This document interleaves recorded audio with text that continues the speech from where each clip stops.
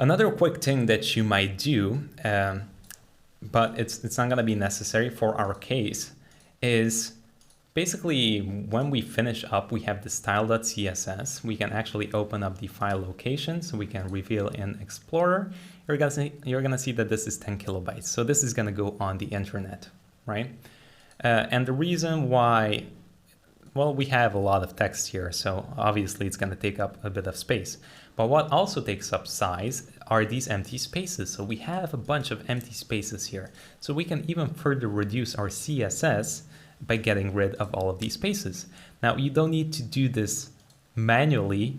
There's a tool called Minify CSS, but we're not going to be using this because the place where we are going to eventually upload our projects or host our projects, it's going to do it automatically for us.